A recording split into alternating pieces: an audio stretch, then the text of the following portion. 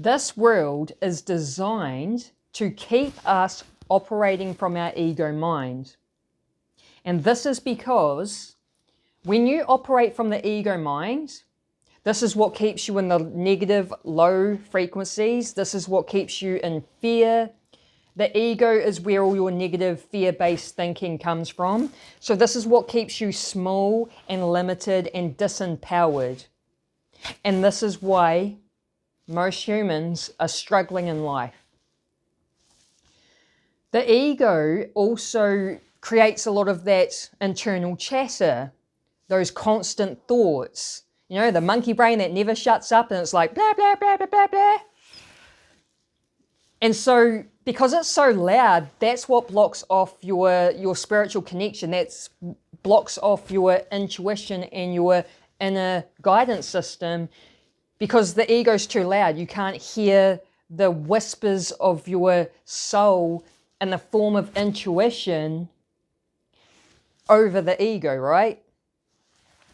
So how is it that this world is designed to keep us operating from the ego? Like, what do I mean by that? Well, the system that they've created where, you know, we have to go out and work these 9-to-5 jobs, the wages you earn in your job, for most people, doesn't really add up to like the cost of living.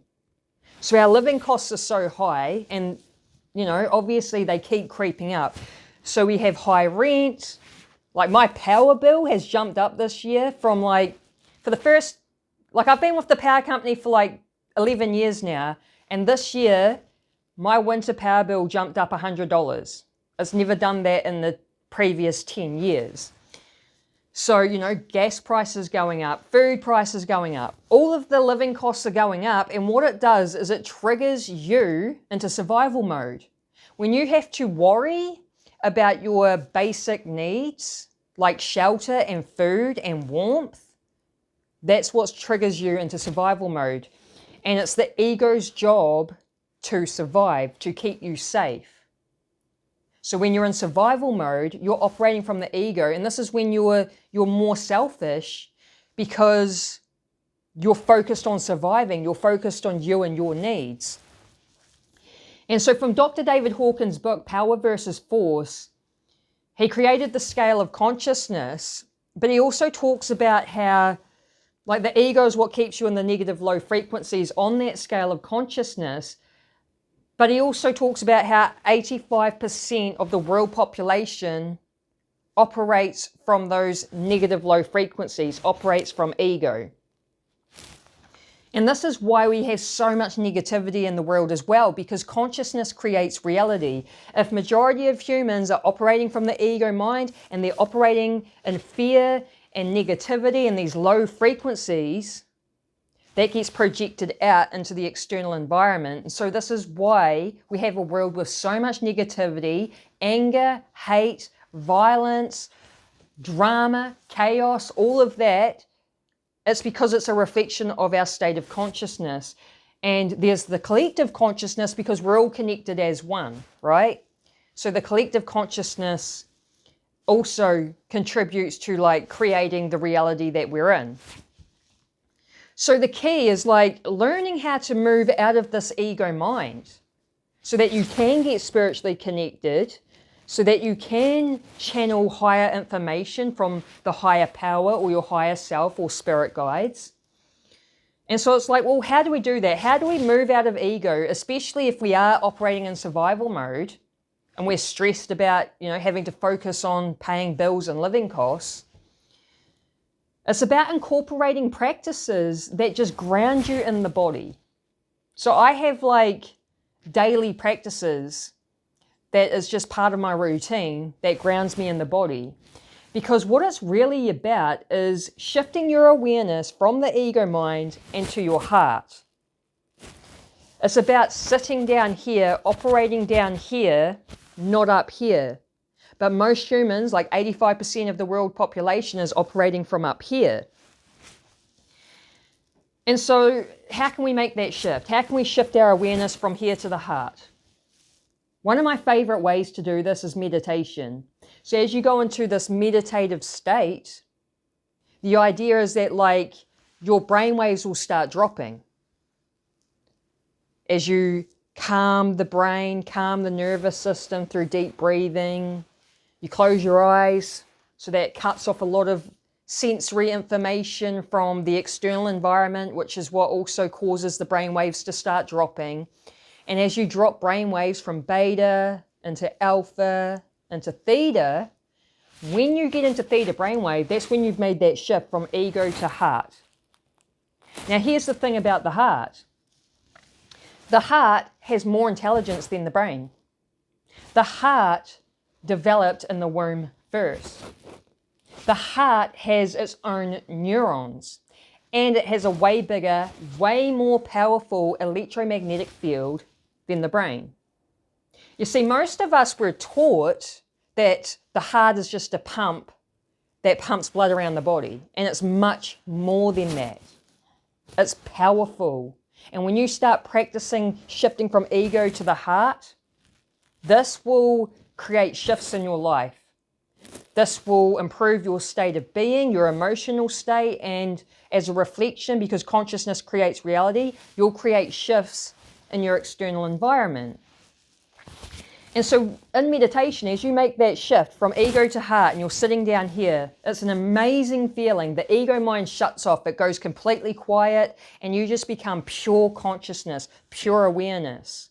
So a lot of your negative limiting programming falls away because that's the ego. The ego runs on a program. So as you move out of the ego, a lot of the negative programming just falls away and you're just pure consciousness. And from there, it's really easy to tap into those elevated frequencies, elevated emotions, into those higher vibrations. You can start cultivating like joy and peace and gratitude and love in the body. You can get into this state of bliss. And then what happens when you come out of meditation? You will spend the rest of the day operating down here instead of up here. It'll keep the ego quiet, which keeps the inner critic away, the self-doubt, the imposter syndrome. And you just feel a lot better and your day goes a lot better. So that's one of my favorite ways to shift out of the ego. Another practice I like to do, and I also teach my clients, is that you can just do a candle meditation where you light a candle, you just stare at the candle flame, and you just observe the mind. Because you aren't the ego mind, you have an ego mind. So you can take the step back and simply observe it. And when you do this, you start like detaching from the ego and you stop identifying with it, because the ego is not you. It's the false self. It's not who you truly are. So that's another great practice for kind of like disconnecting from the ego, taking that step back and just observing it. And this also helps you to develop more self-awareness around the thought patterns that are running through the ego mind. Another great way to ground you in the body is just by going for a walk in nature. Nature has this calming, grounding energy, so it just naturally will bring you into the body and bring you into the present moment. The key to getting out of the ego mind is, yes, grounding yourself in the body, but also being present. Because when you're in the present moment, the ego mind dissolves. So you can use like nature as a way to ground you in the body, bring you into the present moment. Or you could use mindfulness practices that are, designed to bring you into the present moment. And when you start doing this, like practicing it, grounding yourself in the body, you'll start moving out of that ego. The ego will start quieting down, and that's when you can get more in tune with your soul, your higher self, and then you can start receiving positive wisdom, clarity, insights, intuition, because we all have this inner guidance system that has all the answers. We just need to learn how to tap into that. And again, the key is just moving out of the ego. So I recommend to, start up daily grounding practices, play around with them. Another one is like just doing deep breathing or breath work. Again, can bring you into the body, out of that ego mind. I also recommend releasing suppressed emotions from the body, because we all carry suppressed emotions. And it's like, think of suppressed emotions as like a ball and chain that you're carrying around. Like, this is what also brings you, kind of like weighs you down into those lower frequencies, keeping you stuck. So releasing suppressed emotions frees you energetically, which raises vibration. So you naturally will just start raising to higher frequencies. Like, it's a really important practice, to be honest, releasing these suppressed emotions, because it is what's keeping a lot of us stuck. So a combination of all of these sorts of practices and like healing, releasing suppressed emotions will help you to get more in tune with your soul and higher self. And it's a really amazing feeling when you learn to get connected in like that, because you feel connected to something bigger than yourself. And then you start receiving this just positive insights and wisdom and clarity that's really helpful for you on this journey of life. So I hope you liked this video and you got value out of it. And if you did, just smash that like button or write me a comment. Engaging with the video just helps to push it out to more people. And if you like this sort of content, make sure you subscribe, hit the bell notification.